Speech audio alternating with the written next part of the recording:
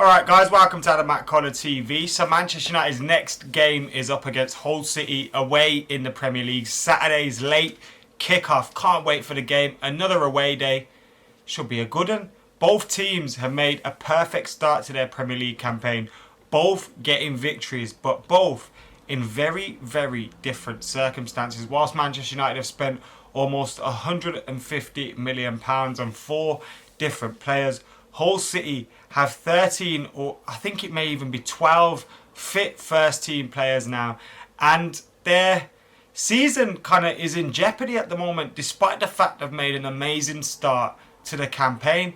Their ownership is up in the air, their managerial position is up in the air, especially since Steve Bruce left. And whilst Phelan is doing a fantastic job, because the ownership of the club is in the air, he's not even certain he will get the job permanently. So I feel for Hull fans, because at the moment it should be a time for them where they're approaching the Premier League campaign, a new campaign, with optimism and bouncing into it. And whilst they'll be happy at the results, I'm sure they're not happy with the way things are off the pitch there. Manchester United come up against their former assistant manager Phelan. Now, I'm sure he'll be sat on the sidelines in very short shorts, and I'm sure he'd love to get a victory against Manchester United, his former club. He played for United as well. I'm sure he's got a lot of friends still at the club. And it'll be nice for him to come up against Manchester United. I hope the niceties end there though, and Manchester United leave the KC with all 3 points to go into the international break. Yes, there's an international break already. For fuck's sake, why is there an international break already? Why? Why? With 3 games into the season, there's just no need for it. Half these players aren't even fit for their clubs, but now you want to take them away on an international break. Makes no sense to me. But before the international break, it'd be nice to get another 3 points. Keep up with the perfect record. 9 points out of 9.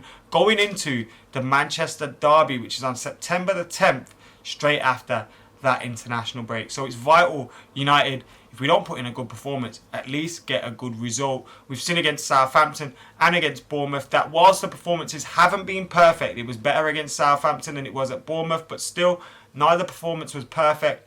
We can still grind out these results, and we need to do that at this point in the season while the team is still gelling together and getting to know each other. Who plays in midfield for Manchester United? I'm sure that's going to be a big question throughout the season, because we've got so many options there. Fellaini, Pogba, they played against Southampton. Carrick, Herrera, Schweinsteiger, Schneiderlin. There's so many players there, and even Timothy Fosu-Mensah coming through as well. So we've got 6 or 7 players that can play in central midfield. And that's without including Daley, who is obviously playing at centre-half. So many options in that midfield now. Whilst I think it'll be horses for courses, it'll depend on the opposition. We'll change it up as it goes along. I do expect it to be changes this weekend, and I wouldn't be surprised to see Michael Carrick come in alongside Paul Pogba. That's not because I think Fellaini was poor against Southampton. He was my man of the match against Southampton. But I think we could just do with a calmer head away from home, someone that will settle down in front of the defence, protect that defence, because at home you can play with Fellaini and Pogba. Fellaini doesn't offer that as much protection at the back as, say, a Carrick or Schneiderlin would.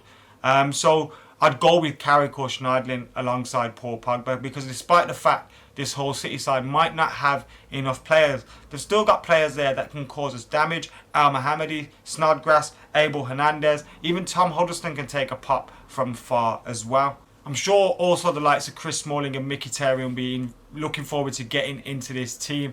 And whether those changes happen or not, I wouldn't change Bailey and Blin for now anyway. At least not before the international break. Let them keep their places in that team. Let's keep us settled back four. Valencia's playing well, Shaw's playing well, Bailey, Blind, all playing well. Why change it? It's not broken. Jose Mourinho has his press conference tomorrow, and I'm sure we'll hear more on who's fit, who's available, who's ready to play in this, and I'm sure he might even hint at who's going to start in his lineup. So I'm looking forward to that, and I'll have my reaction to that with my predicted 11 coming up tomorrow.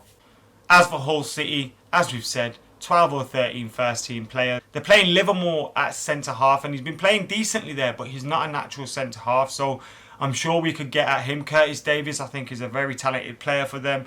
And then the other players that I mentioned earlier, the likes of Snodgrass, Hernandez, etc., will be trying to get those goals and cause us problems. But I'm confident Manchester United will win this game and can get a good result taking us into this international break.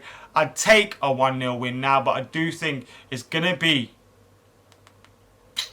2-0 with Zlatan scoring again.